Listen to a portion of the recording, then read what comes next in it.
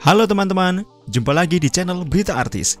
Jangan lupa subscribe, like, dan komen ya. Terima kasih.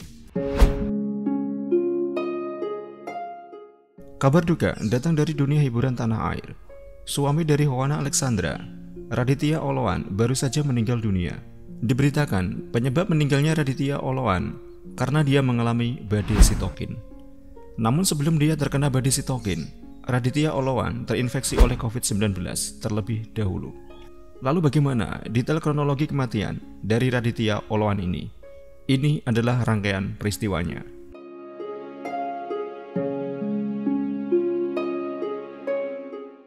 Pada saat itu, Raditya Oloan terinfeksi oleh virus COVID-19.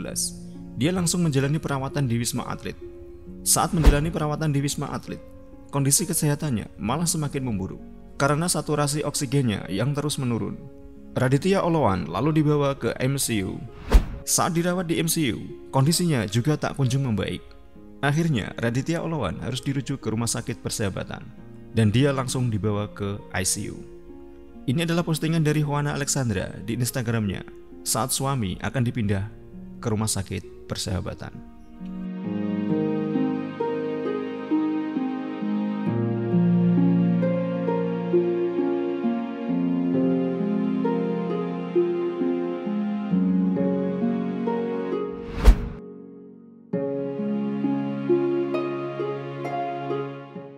Dari penuturan Joanna, sang suami memang mempunyai komorbid asma. Setelah mendapatkan perawatan yang intensif, akhirnya Raditya Oloan dinyatakan sembuh dari COVID-19. Namun kenyataan harus berkata lain. Setelah dinyatakan sembuh oleh dokter, Raditya Oloan mendadak drops, kolaps, dan harus masuk kembali ke ruang ICU. Ia pun sempat mengaku kesal dengan perkembangan kesehatannya yang tak kunjung membaik. Padahal Radit sudah mengimpikan untuk pulang ke rumah dan berkumpul dengan keluarganya yang sudah negatif dari COVID-19. Bahkan Radit sempat menangis seperti anak kecil ketika harus masuk ke ICU lagi. Raditya Oloan pun sempat memposting kekesalannya di Instagramnya. Dia pun meminta doa serta dukungan dari semuanya. Berikut isi pesannya. Hari ini adalah salah satu yang tersedih buat gue. Bisa pulang ke rumah.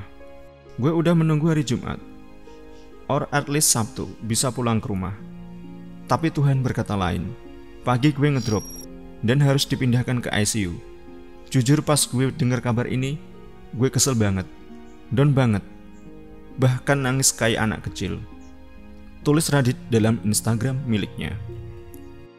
Tapi kalau memang ini yang harus dijalani, ya mau gimana lagi. Akhirnya gue memaksa diri untuk ubah mindset. Bukan pulang yang utama, tapi sembuh. Gue tahu ada Tuhan yang temenin gue, bahkan istri dan keluarga gue. Belum rekan-rekan dan sahabat yang pasti dukung dan doain gue. Tiap hari gue cuma FaceTime sama istri dan keluarga, walaupun gue juga gak banyak ngomong banyak, jelasnya. Saat suaminya masuk ke ICU kembali, Joanna pun mengupload foto suaminya yang sedang memakai ventilator. Dia pun meminta doa serta dukungan.